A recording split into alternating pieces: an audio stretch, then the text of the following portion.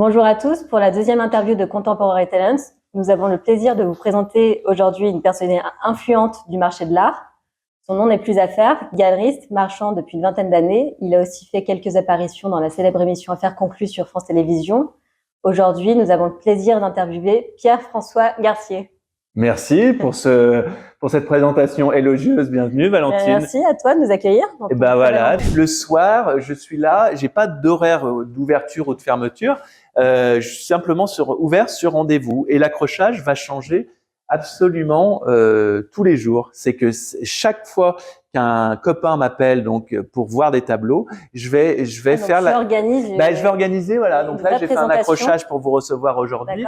Mais hier, ce n'était pas le même et demain, ça sera autre chose parce que quelqu'un m'aura appelé en disant en fait, là, voilà, c'est coolot. Ben moi, j'aime pas du tout cette peinture pop. Ce que j'aime chez toi, c'est Michel Thompson, donc qu'on voit ici. Et donc, je vais faire en sorte d'accrocher à chaque fois à peu près 5 à 10 tableaux maximum des artistes de la galerie. Et maintenant, j'ai à peu près une dizaine d'artistes dont j'ai acheté le fonds d'atelier. Donc, le fonds d'atelier, c'est vraiment une de mes spécialités, c'est de dire quand un artiste décède ou il est vieux, de dire à sa famille, eh ben moi je vous reprends l'intégralité des tableaux que vous ne voulez pas garder pour vous, parce que c'est important que la famille garde les pièces majeures pour eux, et de se dire voilà, moi je vous rachète tout le fonds. On se met d'accord sur le prix, vous décidez du prix, et ensuite je vais relancer calmement l'œuvre de votre père ou de votre mari. Mais en fait, c'est beaucoup plus souple quand tu es propriétaire de l'œuvre. C'est pour ça que moi, je fais ce métier de marchand parce que parfois, tu te dis, il faut que je vende à tel copain parce que c'est quelqu'un de vraiment trendsetter. C'est que le tableau, il va l'accrocher chez lui, il va faire beaucoup de dîners, il va beaucoup en parler. Donc, je vais pas gagner énormément d'argent sur la vente, mais je sais que ça va me rapporter beaucoup de clients potentiels. Puisqu'en fait, on fait un métier où le nerf de la guerre, c'est le réseau. C'est vraiment de se dire bah, à qui je vais vendre. Eh ben, je vais vendre aux copains. Alors, et ensuite, parlons de la clientèle. Exactement, je vais vendre aux amis d'amis. Tu vois. Et donc, pour développer cette clientèle, c'est très important d'être un peu libre, de se dire, lui et les familles d'artistes comprennent. Hein, parfois, je leur dis, c'est pas là. Je suis désolé, je lui ai fait une bonne remise parce qu'en fait, j'avais très envie que ce tableau parte dans cet intérieur. Et donc voilà. Donc en fait, Michel Thompson, c'est vraiment l'artiste qui m'a fait confiance. Et c'est de son vivant, en fait, il m'a proposé de racheter son fonds d'atelier. Il m'a dit, voilà, et j'étais ce jour-là avec un de mes bons copains, David, qui adorait l'œuvre de Michel Thompson, et qui m'a dit, moi, je suis prêt à te financer, parce qu'aucune banque m'aurait prêté l'argent pour acheter le fonds d'atelier. Il m'a dit, moi, j'adore ces tableaux, donc je m'en fais une sélection, on va dire, de 30, et tu fais l'inventaire, tu prépares tout ça. Il y avait à peu près 200 tableaux. On a racheté tout son fonds d'atelier, on a fait l'édition du premier livre, donc voilà, qui est Michel Thompson. Donc l'idée, c'est des livres en format comme ça A4, des monographies. Et à partir de là, en fait, comme Thompson est un artiste très connu des années 50-60, il y a beaucoup d'artistes qui ont dit waouh, c'est super ce que tu as fait pour Michel et tout. C'était un personnage vraiment très drôle. Et de se dire viens, moi aussi, viens voir mon atelier, voilà. Donc en fait, au début, il y a eu donc ça, c'est les années 2005 par là, et il y a eu tout un tas d'artistes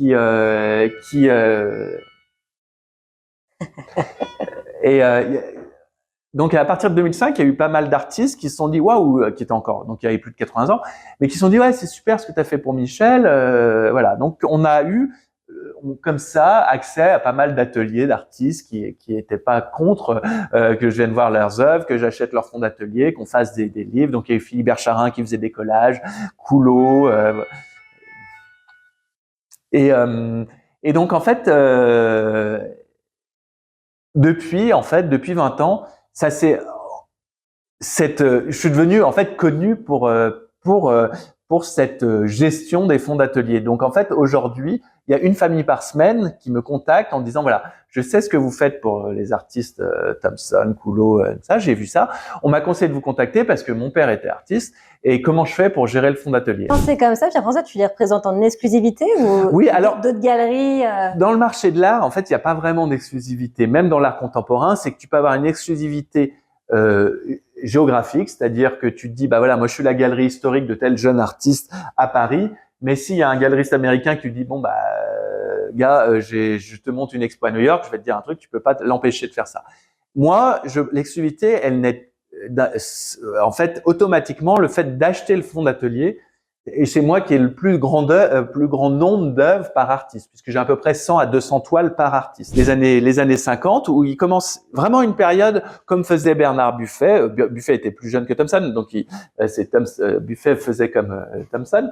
Et donc très figuratif. Et puis plus ça allait, plus il va faire disparaître les traits du visage pour aller vers des têtes carrées, des têtes télévision, il appelait ça, après mai 68, parce qu'il considérait qu'on était un peu lobotomisé déjà à l'époque, par la télé, la radio. Il avait été un peu déçu par la révolution de mai 68. C'était un vrai anarchiste, Thompson.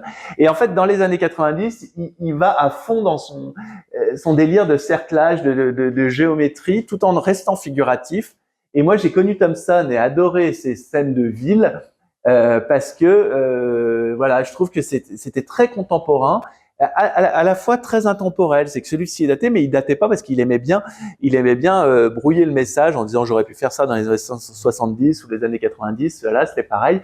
Et à l'époque, moi, j'ai commencé chez Christie's et ma chef, Cécile, m'avait dit j'aime beaucoup Thompson et j'aime ce côté intemporel. Et ça m'avait vraiment, quand elle m'avait dit ça, alors que j'étais aux tableaux anciens, moi, donc les tableaux avant le 19e, et je me suis dit tiens, c'est marrant qu'elle dise ça parce que j'aime le fait que ça passe comme ça les décennies sans aucun problème. C'est que si ça passait comme ça, donc ça c'est un tableau qui a 30 ans, et ben dans 40 ans il sera encore un peu dans le goût du jour. Et voilà, donc en fait grâce à cette peinture là, c'est comme ça que je suis allé voir Thompson dans l'atelier. Ce jour-là, on avait acheté des tableaux à Michel, et c'est là, en achetant cette période-là, qu'il nous a proposé d'acheter tout son fonds d'atelier. Et en fait, quand il nous a proposé ça, donc j'ai commencé l'association avec ce copain qui m'a permis de financer ça, et ça a vraiment lancé la galerie. C'est que si Thompson n'avait pas fait ça, je pense que je n'aurais pas fait le métier comme ça. J'aurais fait plus classique, d'acheter en vente aux enchères, en brocante des tableaux, 3-4 tableaux d'un artiste que j'aime bien. Je les aurais vendus le week-end et en prenant un stand Opus ou je ne sais quoi. Et voilà, le fait là qu'il me propose le fonds d'atelier et que moi je me suis dit la galerie en rez-de-chaussée, pour moi, c'est déjà fini. C'est plus le modèle. Le modèle, il faut prendre le temps, il faut montrer dans son intérieur, montrer dans des appartements comme si on est à la maison. Et vraiment, je tenais à faire ça. Et en fait, le fait il y avait 200 tableaux de Thompson, donc c'était dans un petit appartement où une pièce était consacrée au stockage du tableau et les pièces d'à côté pour montrer les tableaux.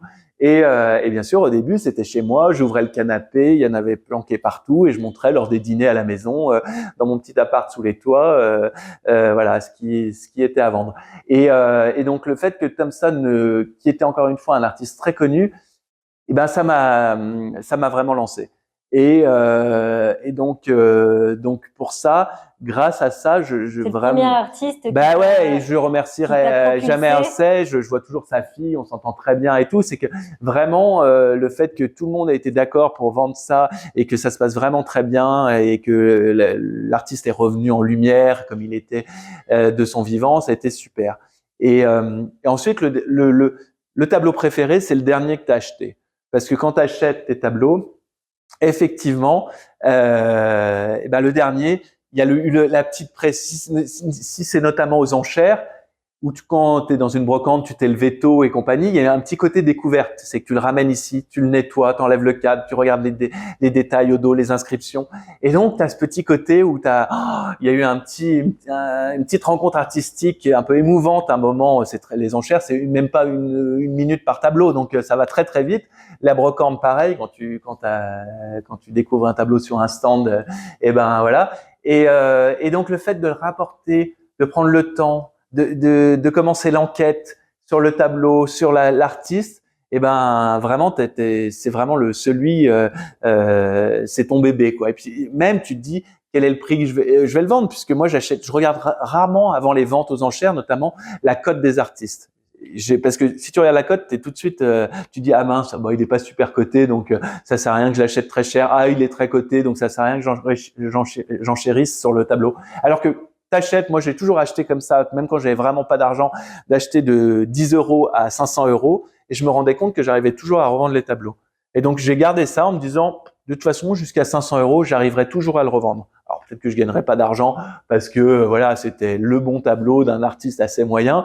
Mais après, c'est comme toujours, quand tu le rencadres, tu le nettoies, tu le remets en valeur, t'arrives toujours à le vendre. Et est-ce que dans toute ta sélection, tu as des artistes émergents à nous présenter Alors, qui sont pas forcément encore très connus du non, grand public? alors moi ça serait drôle parce que c'est moi ça serait des artistes émergents mais décédés si tu veux. C'est des artistes qui ont été un peu oubliés effectivement et c'est un peu le nerf de la guerre ici, c'est de se dire bah, cet artiste a été très très connu. Je vais vous sortir je vais vous montrer les entrailles, venez avec moi. Alors, par exemple, si on prend Jean-Marie Chournios, qui est le dernier artiste que j'ai exposé, en fait, ce qu'on ne voit pas en 2 dimensions, c'est que ça, c'est un collage, en fait. C'est un collage, il appelait ça marqueterie de papier. Et Chournios, donc il est né en 29, et pendant… De quelle nationalité, Pierre-François? Français, alors d'origine lyonnaise. C'était un célèbre designer, il faisait de la pub et graphiste designer. Et dans les années 60, Servan-Schreiber lui dit « Il faut que tu viennes à Paris si vraiment… » Il y avait une grosse agence à Lyon. « Si vraiment tu veux percer, il faut venir à Paris. » Il monte à la capitale, comme on dit chez moi à Lyon. Et là, il crée une grande agence. Il a plus de 60 salariés. Et il fait tous les logos les plus connus. Vous le connaissez par cœur, Chournios, parce que vous avez dans votre poche le logo carte bleue, qui a été designé par lui, donc qui est devenu carte bancaire maintenant, mais qui est toujours resté comme ça. Il a fait le logo Crédit Lyonnais, le logo Courrèges, il a fait le logo de l'Agence spatiale européenne, donc on peut dire c'est Chournios va régulièrement dans l'espace, voilà. Et donc et toute sa vie, donc il était un grand designer comme ça, graphiste, et les 20 dernières années de sa vie, jusqu'à ses 90 ans, parce qu'il était photographe également, photographe de la marine, donc le deuxième photographe peintre de la marine, ce qu'on appelle officiel. Et en fait, il va reprendre toutes les photos, toutes ses archives, et il va les découper. Il va s'installer à son bureau comme s'il était encore salarié, et il va redécouper tout un par un en collant avant sur des Bristol blancs.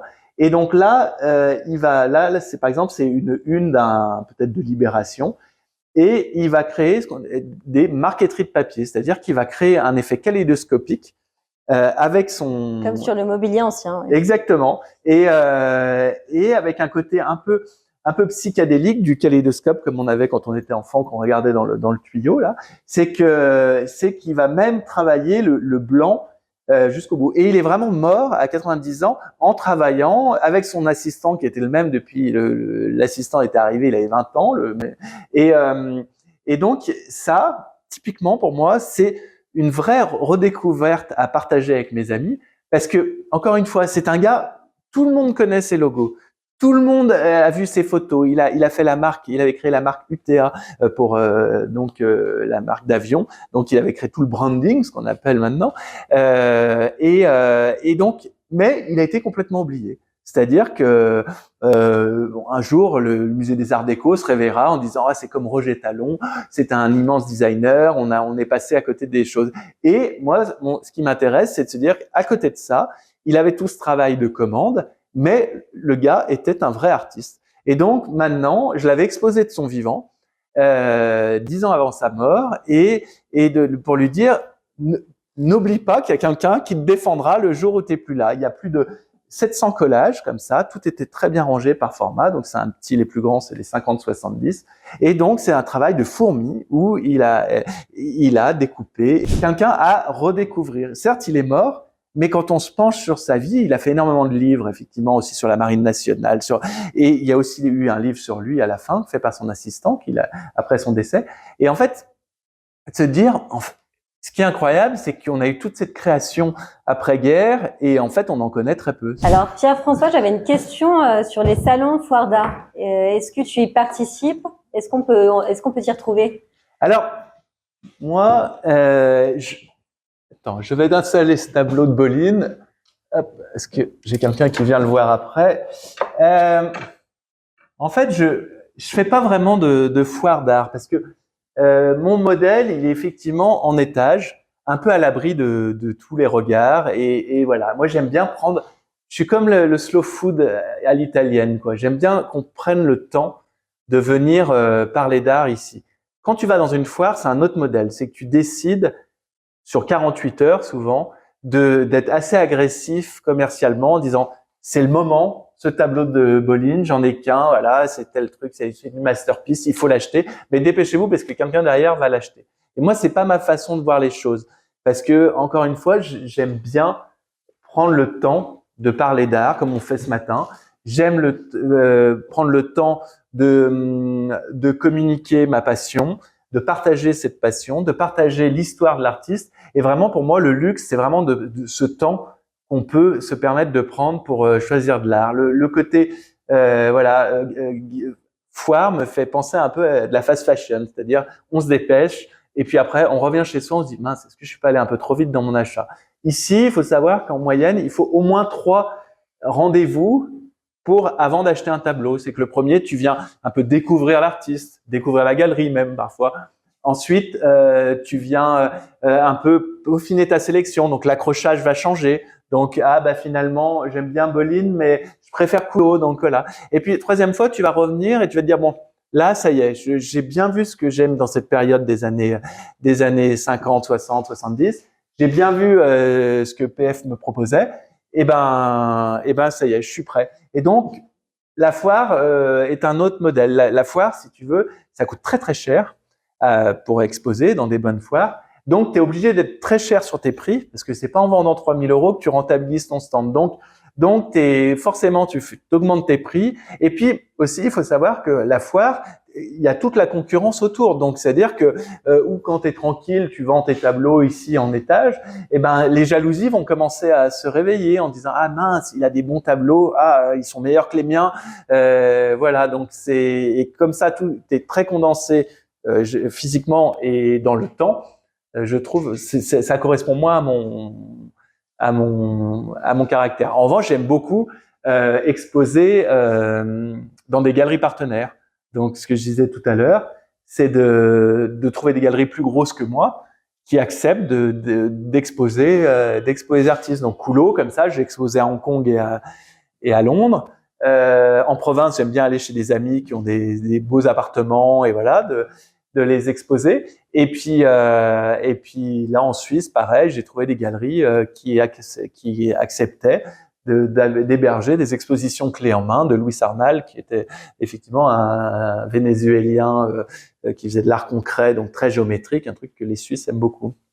Et donc, je voulais savoir, Pierre-François, sur les institutions muséales, est-ce que tu collabores avec eux Non, mais alors c'est une très bonne question, mais c'est très compliqué. C'est vraiment 2 mondes à part.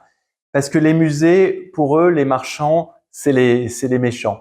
Dans le sens où quand ils exposent, ils réexposent, ils remettent en lumière des artistes qu'ils ont souvent dans leur stock de cette période des années 50-60, ils ont l'impression que les prix en galerie vont doubler automatiquement.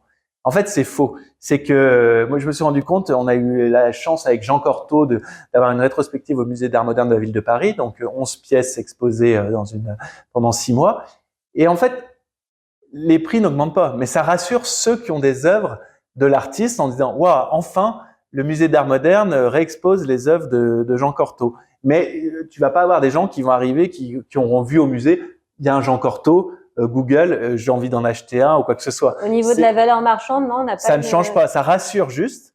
Donc tu vas vendre peut-être un peu plus de tableaux parce que des gens vont se réveiller en disant « Ah ouais, c'est vrai que c'était pas mal. » Mais ça rassure surtout ceux qui ont déjà des œuvres de Cortot. Donc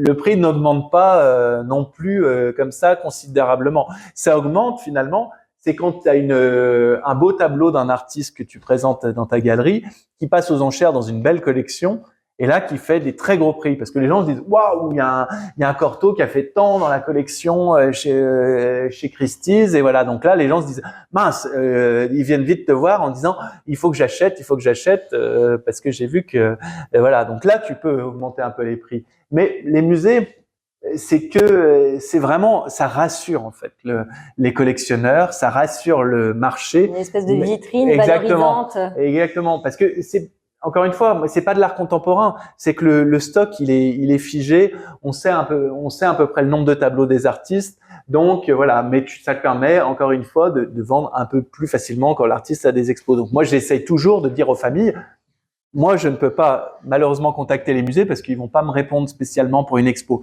En revanche, vous en tant qu'héritière, vous allez pouvoir rentrer en contact avec un conservateur qui va se dire c'est vrai que cet artiste on l'a bien connu, il était dans notre région, et ben on pourrait lui offrir une rétrospective. Donc ça permet de remettre en lumière l'artiste. Mais malheureusement voilà, c'est deux mondes à part, c'est très compliqué et il faudrait vraiment oui, c'est ça, c'est ce que je dis aux familles, je dis c'est vraiment un travail très familial à faire, d'écrire à tous les conservateurs en province en disant voilà, vous avez connu mon père parce qu'il était de la région, ce serait bien que vous lui fassiez une expo. Et en fait, l'expo permet souvent d'avoir de la presse régionale, donc qui écrit, et donc en fait la presse quotidienne régionale, bah, c'est très très lu, donc pareil, ça relance l'artiste localement. Et donc petit à petit, tu vas réussir comme ça à recréer un peu de buzz autour de l'artiste, mais c'est très compliqué. Et je voulais savoir en termes d'investissement, Pierre-François, pour les amateurs d'art, quels conseils leur donnerais-tu pour investir sereinement dans une œuvre? Eh ben, alors là, alors moi c'est un mot que j'aime pas trop, l'investissement dans l'art, parce que voilà, moi comme je te disais tout au long de cette rencontre, j'aime effectivement d'abord cet achat un peu passion, en tout cas rencontre artistique et compagnie. Après là, on s'est déplacé devant les sculptures en bronze, là de William Chataway, ici de Sergio Storel. Typiquement, quand tu veux commencer à dire bon voilà, je veux investir. Autant aller vers des pièces un peu plus importantes, le bronze étant beaucoup plus cher parce que ça coûte très cher à produire même. Et c'est vrai que de se dire, bah, j'achète une sculpture en bronze, je mets plus d'argent, mais la sculpture en bronze, si tu veux, il y a vraiment le côté intemporel du bronze, rassurant, statutaire. Voilà. Donc souvent, je dis, c'est sûr que tu achètes un bronze de Rosine Granet qui est là-bas ou de Storel, bah, il y a des chances. De toute façon, les artistes, la production de bronze, tu as le droit de faire 8 tirages maximum par format. Donc l'œuvre, elle va avec le temps, il y a très peu de sculpteurs en bronze parce que ça coûte très cher de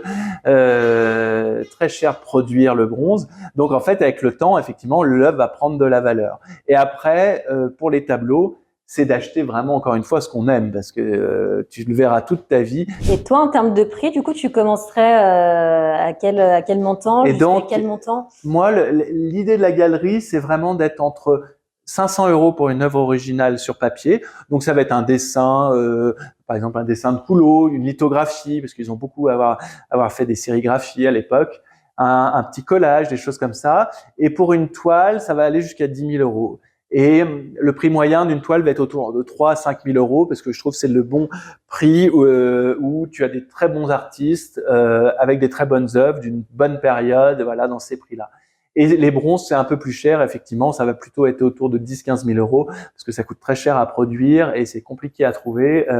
Voilà, donc moi, je suis dans cette fourchette, en fait, où je ne suis pas en concurrence avec les grosses maisons de vente aux enchères, Christie's, Sotheby's, Donc, où tout le monde eux, peut se faire plaisir. voilà, exactement, eux vont commencer plutôt à 10 000 € maintenant, le prix de départ dans une vente Christie's. Voilà, moi, mon idée, c'est vraiment que tout le monde, encore une fois, puisse faire le choix de dépenser cette somme-là, de la consacrer à l'art. Et je vais te poser une dernière question que j'ai oublié de te poser tout à l'heure sur l'authentification, la traçabilité des œuvres. Est-ce que tu te fais accompagner encore aujourd'hui par rapport à certaines œuvres de tes artistes, des choses que tu ne reconnais pas forcément Non, mais c'est une très bonne question sur l'authenticité des œuvres. Et moi, alors, l'avantage, c'est comme je rachète ces fonds d'atelier, l'authentification se fait par la provenance. Et en fait, c'est le nerf de la guerre. C'est qu'aujourd'hui, on s'est rendu compte que dans tous les scandales de faux tableaux, souvent la provenance était inventée. C'est qu'ils avaient triché en disant voilà. Moi, le gros avantage, c'est que souvent, la plupart des tableaux, je sais d'où ils viennent. Et même quand je rachète sur le second marché des artistes de la galerie, par exemple Coulo, Ce tableau, je sais exactement, il a été acheté dans les années 70 par tel collectionneur qui l'avait acheté à Coulot, parce que dans les livres, on voit, voilà, à tel moment, tel prix, souvent on sait tout.